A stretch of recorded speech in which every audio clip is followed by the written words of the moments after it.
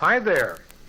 This is Tole Greenstein of Oregon City, OEP and a member of the Lake Oswego study group. The purpose of this record is to discuss Dr. Skeffington's paper of this month, which is titled The Case of the Boy Who Meddled. This type of case, where the visual acuity is lowered without any accompanying refractive status measurement that would immediately improve this lowered acuity, is extremely interesting because I think it is one of the least understood type of problems seen by optometrists. I trust that by now you have all read this paper thoroughly. If you haven't, I heartily recommend that you do so very soon, as it is filled with much wisdom and insight into what can be a rather perplexing visual problem. Perplexing only if one lacks the background of thinking presented by functional optometry. First of all, let's look at a little background into this type of problem.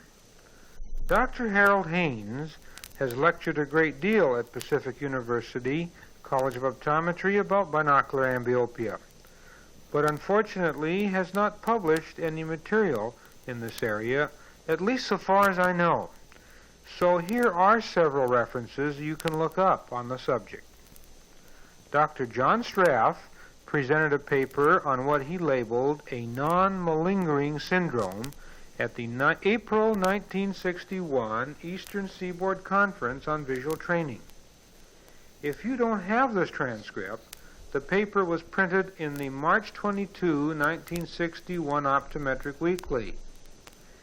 He discussed 7 cases of youngsters with reduced visual acuity, but with no apparent refractive status problems that one would normally expect in order to account for this reduced acuity. At the 1962 San Jose Visual Training Conference, Dr. John Chase of Los Angeles also presented a paper titled The Non-Malingering Syndrome, where he gave 11 cases like those of Dr. Straff and came up with a syndrome that is rather similar to that of Dr. Straff's, as well as the one which is presented in this paper by Dr. Skeffington. In my own practice, I've seen a number of these cases through the years, and in general they follow a similar pattern. Now, before discussing why such a problem develops, let's first go over the syndrome of this type of case, which has been labeled either binocular amblyopia or non-malingering. In general, you will find the following series of findings in such cases. 1. The patient will be a child, generally from age 7 through 12, although occasionally a teenager can fall in this category. 2. Lowered visual acuity is present at both far and near, with the near acuity being lower than the far. In general, the far acuity runs from 20/30 to 20/50, and the near acuity 20/60 to 2100. 3. The number 7 finding shows none to very small refractive status. The range may be from -25 to +1, with plano to +50 most frequently found. 4. There is no immediate improvement in visual acuity observable with the application of any lens. 5. The numbers 19 and 20 findings are quite low. Often the 21 finding is in the same category. 6. There is usually moderate to high exo present at near. 7. Ocular motility, pursuits and rotations are poor. 8. The person in question holds his reading very close to his eyes, often around 3 to 5 inches. These children are nervous, rather quiet, and keep on trying to read all the time, even though it is difficult for them to pursue this task. Now, let's explore some thinking as to why anyone would deliberately reduce his quality of texture discrimination or visual acuity. That's right. I meant to imply that the person does this to himself. Probably not consciously, but nevertheless it is still done. The optometrist that thinks conventionally finds this type of case difficult to fathom. After all, the eye is perfectly healthy, there is no so-called refractive error, so if he can't see, it must be psychological, emotional, or what have you, but there just can't be anything wrong with his eyes. Quite often, the functional optometrist also falls into this trap and misses this type of problem. He thinks of this case as something different, that there must be something wrong with this youngster other than vision. Both these optometrists, with good but misguided intentions, often end up by referring this case to the ophthalmologist, which to me is a frightening thing, because in so doing they are admitting that they, optometrists, don't know what to do with this problem. The case presented in Dr. Skeffington's paper had already been to 2 non-optometric refractionists with the usual resultant reports of perfect eyes and no need for glasses. If one is in doubt, I can see where a visit to the family physician for a thorough physical examination might be in order, but a non-optometric refractionist, never. If his report is not perfect eyes and no need for glasses, it is liable to be hysterical amblyopia, malingering, or some such label which doesn't do much towards solving the problem for this patient. Therefore, if any of you listening have such a case walk into your office in the future, and if in spite of the lessons taught in this paper, you are puzzled by the fact that you can't get any immediate improvement in the visual acuity with any particular lens that you might try, and if you lack confidence in yourself to lay out a program of optometric care for this patient, please don't refer him to a non-optometric refractionist. Such a practitioner does not have a philosophy of approach, a concept, if you please, to handle this type of case any more than you apparently do. Instead, why don't you refer him to one of your colleagues who is making use of our optometric body of knowledge and therefore knows how to approach such a visual problem? You will do yourself, your patient, and your profession a great favor. Let us now consider the thinking evolved through the use of our optometric body of knowledge that gives us the ability to arrive at an optometric solution to such a case, as is described in Dr. Skeffington's paper. We are all aware of the excessive amount of stress that is exerted upon an individual as a result of being subjected to the socially compulsive, concentrated, visually near-center task, that is, one within arm's reach. This stress that is present during such periods of problem-solving is the result of containment. The human organism is designed to handle transitory periods of stress, but it cannot cope adequately with prolonged stress. The containment of the visually centered near-point task produces this prolonged stress, and since the organism cannot handle it, a decision must be made. The organism has to make a choice in one of 2 directions. It must either quit the task or adapt. If he decides to quit, and many do, he usually does as Dr. Jørgen Nielsen of Copenhagen, Denmark, describes in his article in the Optometric Weekly of January 25, 1962, wherein he states that the organism may retain binocularity, but suffer a decrement in the integrative factor of vision. Most remedial reading problems fall in this category and would be helped by more optometrists if they would approach such cases with the thinking embodied in the concept just mentioned. However, this is not the subject of this discussion.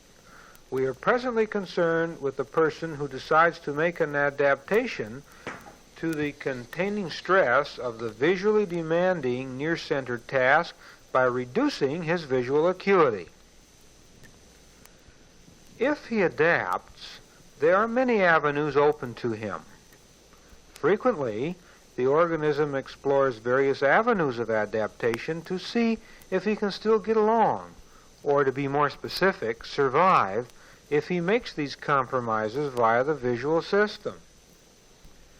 These adaptations may be myopia, astigmatism, anisometropia, divergent squint or hyphoric behavior, vertical phoria, or binocular amblyopia. People are not always cooperative when they develop visual problems, so you do not always find these adaptations clearly delineated. Dr. Nielsen again says it nicely in the article previously mentioned when he states, most adaptations are not clear-cut, but are combinations of these adaptations. In classical thinking, the adaptations are regarded as the problem. In other words, if the patient shows myopia, astigmatism, anisometropia, etc., then that is what is wrong with his eyes, and therefore must be corrected.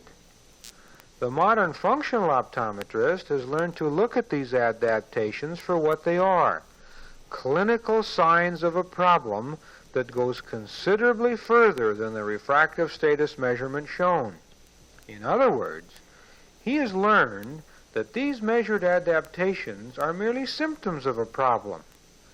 Therefore, treating the symptoms won't resolve the basic problem, which is the avoidance to the near-point visually centered task. This thinking is very nicely summarized in a series of hypotheses or postulates given by Dr. Skeffington some time ago. Two of them are most apropos to the present discussion. One, the ocular conditions of astigmatism, anisometropia, adverse hyperopia, myopia, squint, and amblyopia are the end results in structure of adverse changes in process. And two, the end manifested ocular states are all varying forms of adaptation to the same fundamental underlying problem, an end result of adaptation to stress on the visual mechanism. Or to say it another way, the optometric measurements are the outward and visible sign of an inward and invisible movement pattern. The important factor to consider is that optometry's main concern is with the movement pattern of information processing. Probably nothing more difficult has ever been presented to a profession than this idea of their concern not being with the ocular defect, but with the originating factor, which is the altered, changed, warped, distorted, asymmetric movement pattern of information processing. That the ocular defect is, in fact, a means whereby the organism frees some of the constriction of information processing by exteriorizing or externalizing onto the external mechanism of the eye some part or some magnitude of this asymmetry. This externalizing has value to the organism and is not to be taken lightly. We can say then that the visual problem appears to be a constriction of the movement pattern of information processing, which characteristically is a product of a continuing stress. Therefore, The developed optometric body of knowledge demands that whatever lens be placed before the organism shall aid it in making its information processing more effective.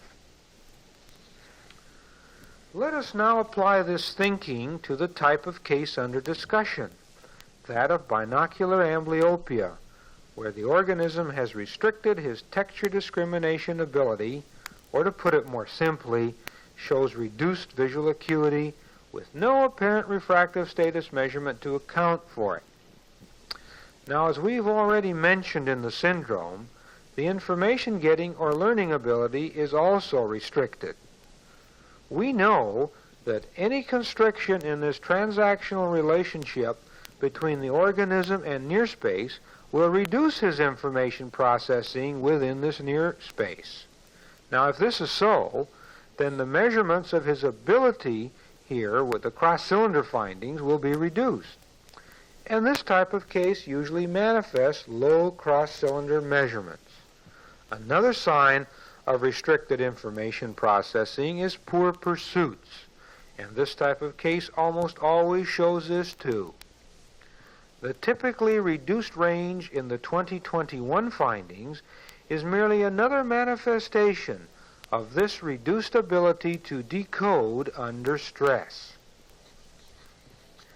Further evidence of difficulty operating in the areas of near space is the fact that these youngsters always pull their reading material to within a few inches of the eyes, in spite of high exos and frequent receded near points of centering. The youngster in the case under discussion was a behavior problem. In my own experience, and in the cases reported by Drs. Streff and Chase, this factor was not noted overly. But then, as Nielsen said, these adaptations are not always clear-cut. At any rate, the youngster with this sort of visual problem has not given up the reading task. He's still trying, but he has so restricted his information-getting machinery by the adaptations that are revealed in the optometric analytical findings that he gets very little or nothing out of the reading he attempts to do under these conditions of extreme stress. What then is the optometric solution to this problem? Obviously, as Dr. Skeffington states, visual training and lenses are the ideal combination. One might well ask, visual training and lenses for what? Any program of visual training in such a case should have but one goal: to build degrees of freedom so that the organism will be able to handle or absorb stress. Dr. Skeffington discusses the role and value of visual training at some length in this paper, and I refer you to it for a more detailed account. I should like to spend a few moments discussing the value of a lens in such a case. Those of us in practice are often faced with cases such as this, where the parent will accept a lens program, but perhaps for one reason or another must reject or postpone a visual training program. What can we do with a lens in a case such as this? All the findings seem to show that there is no immediate improvement brought about in the reduced acuity by any lens. The optometrist who has learned how to use his optometric body of knowledge knows that its fundamental uniqueness lies in what can be done with a lens. A plus lens is the only means by which we can bring about a localizing away at near and thereby create some freedom in this information processing machinery.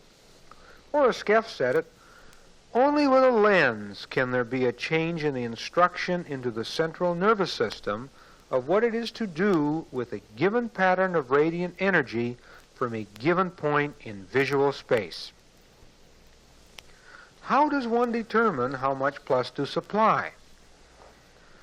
In this type of case, unless there is an extremely embedded pattern, an arbitrary plus 75 OU is considered the best lens to begin with. However, Two conditions must be observed if one wishes to obtain results. First, the lens must be prescribed in bifocal form. Since it is our thinking that the problem originated from a stress at near and through time spread to far, then the lens prescribed must be applied at near. A single vision lens to be used for near only will not be effective. Secondly, the patient must be instructed that these lenses, plano upper with plus 75 ads, are to be worn all the time. Every time this child looks at near, regardless of what he is looking at, it must be through the plus. Most children will not always remember to have their lenses on if told to put them on during near visual concentration.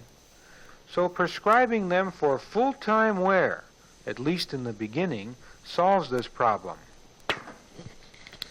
Now, what can you expect after 5 to 6 weeks of wearing this plus in such a case?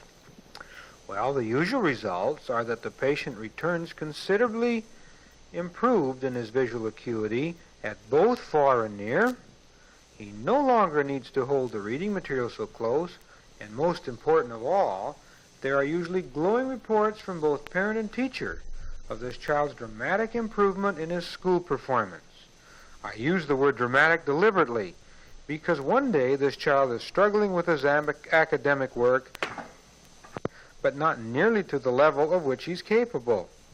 All at once, the modern optometrist applies the proper plus lens and or visual training, which begins to free the child from all this stress, leaving his information-getting machinery free to process this information more easily and rapidly. Why wouldn't his scholastic performance improve?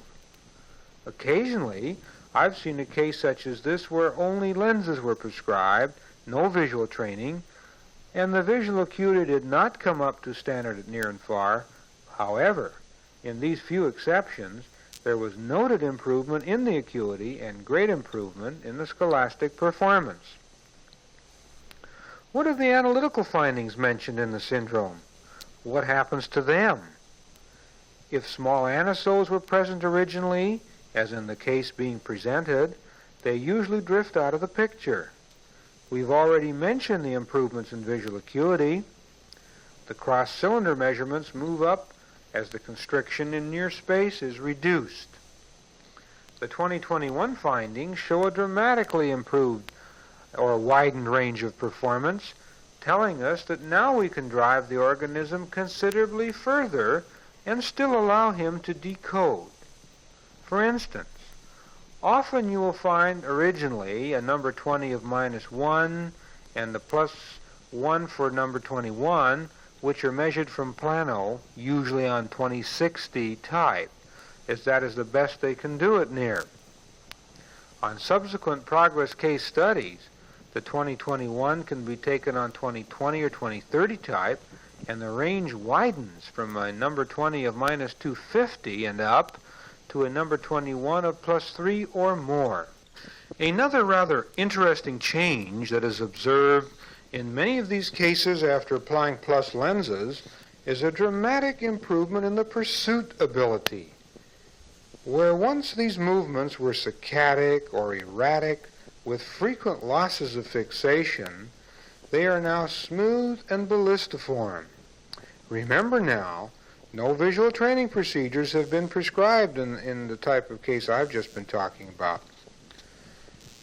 If the pursuit abilities were poor because of a restricted or asymmetric information processing, and if through the application of the proper plus lens, these restrictions or asymmetries in the information processing is freed, why wouldn't the pursuits now show improved performance?